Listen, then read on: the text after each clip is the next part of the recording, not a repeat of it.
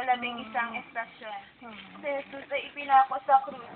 Sinasamba at pinupuri ka namin, O Kristo. Sapagkat sa pamamagitan ng krus ay sinakop mo ang mundo. Panginoon, ang krus na iyan ay pulpito mo. Sa huling sandali ito ng iyong buhay, tinuro mo diyan ang kapatawaran, ang pagmamahal kay Maria, at ang pagtulong sa ikaliligtas ng kapwa. Nais kong marinig na muli ang iyong mga salita. Ama, patawarin mo sila, sapagkat hindi nila nalalaman ang kanilang ginagawa. Diyos ko, patawarin mo ako, ang iyong sariling anak, ang humihingi ng kapatawaran para sa akin. Siya ipinako sa krus. Pinagsisisihan ko na ang nagawa kong ito. Patawarin mo ako, babae, iyan ang iyong anak. Anak, iyan ang iyong ina. Oo, Diyos ko, kinikilala ko ang iyong ina na akin ding ina sa langit. Banal na ina, sang-ayon kay Jesucristo, ang iyong anak. Itinuro mo sa akin ang pagsunod sa Kanya. Turuan mo akong umibig sa Kanya. Ako'y nauuhaw. Panginoon, hindi tubig ang iyong kinauuhawan. Ang kinauuhawan mo ang mga kaluluwa. Gagawin ko ang aking makakaya upang malunasan ang iyong pagkauhaw. Aakitin ko sa iyo ang maraming kaluluwa. Pagsisisi. Panginoon kong Jesucristo, Diyos na totoo at tao rin namang totoo, gumawa at sumakop sa akin.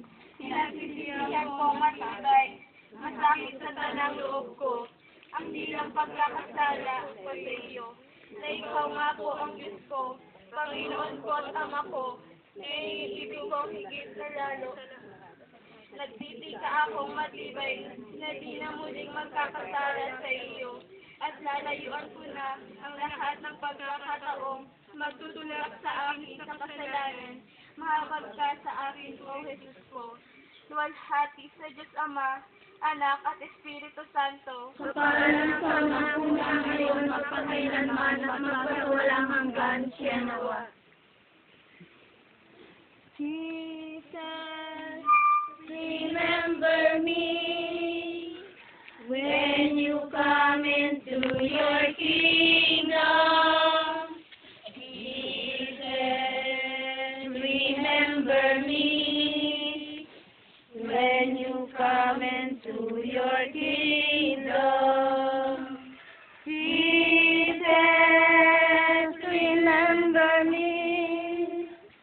When you come into your kingdom, Jesus, remember me. When you come into your kingdom, Jesus, remember me. When you come into your kingdom, Jesus, remember me. When you come into your kingdom, Jesus, remember me. Labing dalawang istasyon. Si Jesus ay namatay sa krus. Sinasamba at pinupuri ka namin, O Kristo. Sapagkat sa pamamagitan ng krus ay sinakop mo ang mundo. Namatay ang Panginoon, ngunit ang kanyang kamatayan ay nagbunga ng masagana.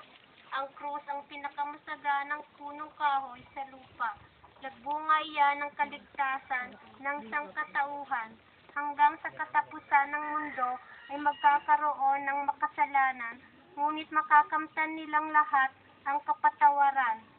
Sa pamamagitan ng krus ni Kristo, kung sila ay magsisisi at magtitika, ang krus ang susi ginagamit ni Kristo sa pagbukas ng pinto ng kaharian ng kanyang Ama para sa pagbalik loob ng makasalanan.